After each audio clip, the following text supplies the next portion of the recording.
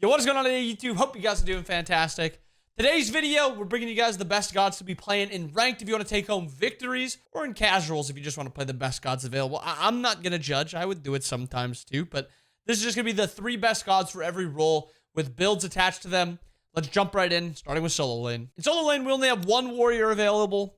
He got buffed, and he abuses an OP item, and it's Odin. In my opinion specifically, I think Odin would be just as good now if he didn't have Bobble. I really don't even think he needs Bobble. I actually think it makes him a little bit easier to deal with, if that makes sense. Like, building into Bobble just kind of makes it so you're a little bit killable. Yes, you have a little bit more damage, a little bit more survivability from using abilities, but you just have a really bad slotted item. How often are you going to make use of 40 power and 20 MP5? I mean, it's whatever. I think you'd be just as good without it, but this is the one that I've seen a lot, some variation of this build. Fine, okay, went like a 60% Odin build cooldown, but I think 50%, you don't really need Pridwin. Pridwin's good with Odin, but it just makes you play around your ult a little bit more. I like this variation of the build. And you go TP and you go Fire Blink. Next up, a couple Guardians. One makes complete sense. One makes a little bit of sense. Xing Chen. He got buffed. But again, I said I don't think that the HP 5 is the reason that he's strong. I think he is probably the best abuser of Sphinx's Bauble in the Guardian tree. The ability to have all of his abilities up even quicker. His abilities are pretty long cooldowns. 14 seconds, 12 seconds, 15 seconds. That's not great. 90 seconds on the ult. I mean, all ults are going to be pretty long.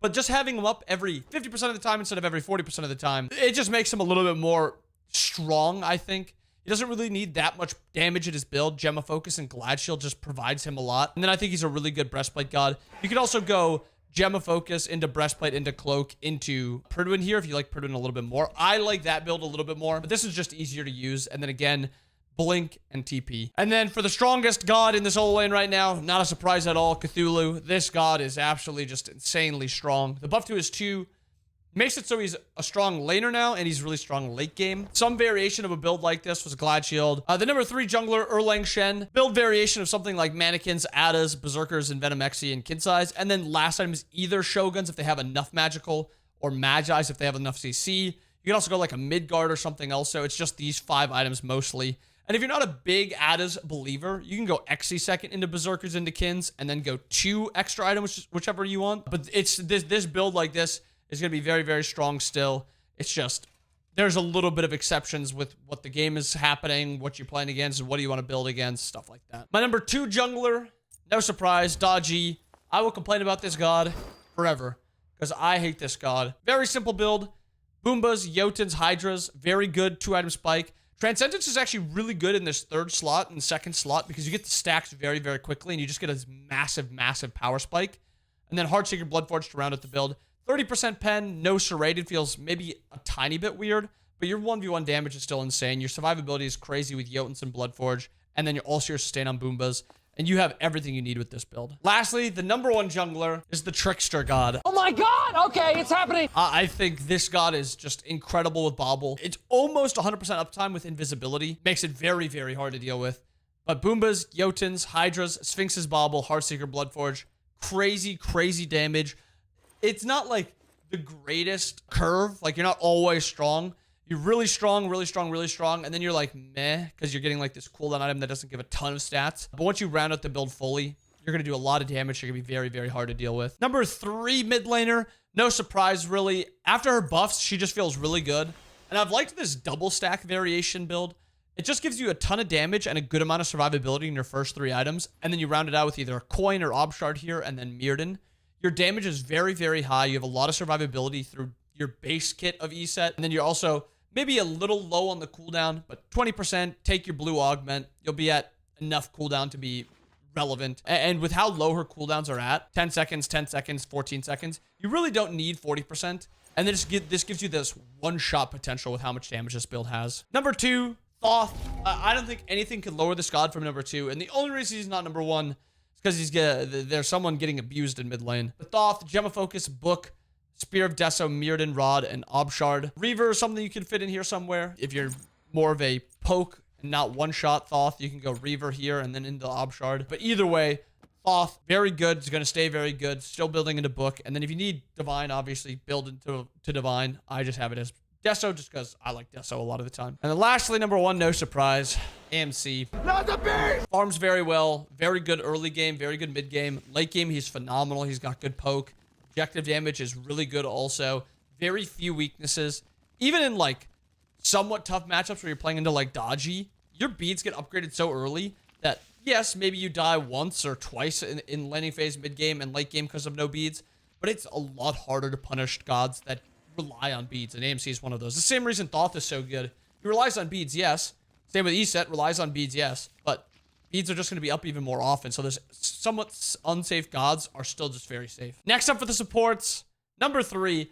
Maybe a little bit of a surprise, but like after her buff, it's just impossible to not put her on the list. Same build that I had, same variation before. Cloak, Mystical Mail, Void, Pridwin, Glad Shield. 40% cooldown, a whole ton of damage, not a ton of peel, but I don't think Terra should be used for peeling right now. I think her damage is so high and her CC is so high. You should just start off fights, half health, both the mid and the ADC, and maybe even the jungler, and then just carry fights that way. Terra's phenomenal right now. Blink, horrific, nearly every game. It'll work out great. Number 2, again, no big surprise, but Charon, Spartan Flag, Cloak, Glad Shield, Genji's Mantle, and then Sphinx's Bauble. 50% cooldown, Charon is wild. He gets a ton of survivability just in his base kit, and then the extra health he gets from his passive. Doesn't cap out at 350, so you scale even farther into the farther late games. Probably not getting that spot anyway, but Charon is very, very strong in the current meta. Guaranteed to get you a few wins, especially if you work in Bauble to your build. And then lastly, number 1, Sobek hasn't changed much at all. He's still very, very good. Very, very strong. Can switch up the build a little bit. I think Cloak is very strong with him. You can go the double stack build. Lassus' build, the Cloak, Thebes. I think it's Pridwin, Glad Shield, Genji's. Still very, very good. I just like Mystical Mail on the character because you have good anti-heal. You get CCR from both of these 2 items, and then you get a lot of survivability from just your kit and the build, and you get a lot of damage. Next up, ADC, top 3s. Heim build. Sorry, Heim, and the Heim build hasn't really changed. Mannequins, Devs, and Venom Executioner, Kins, Titan's Bane, Odibo.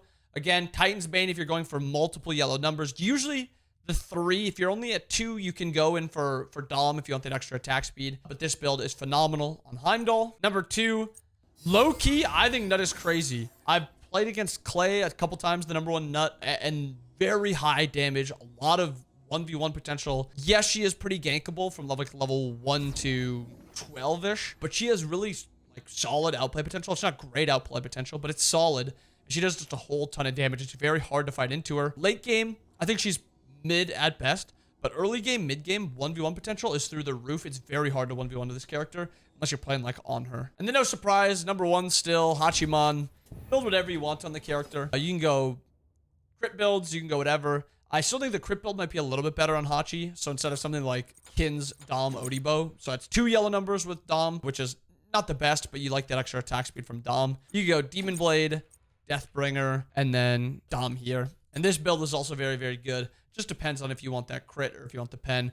Both builds work. This character's just absolutely busted. Hopefully they nerf him soon, because he is just by far the number 1 hunter. But yeah, there it is. Top 3 gods in every roles with builds. I hope you guys enjoyed the video. Let me know down below, is there anything that you guys think I missed? Any god you think should be contesting in that top 3?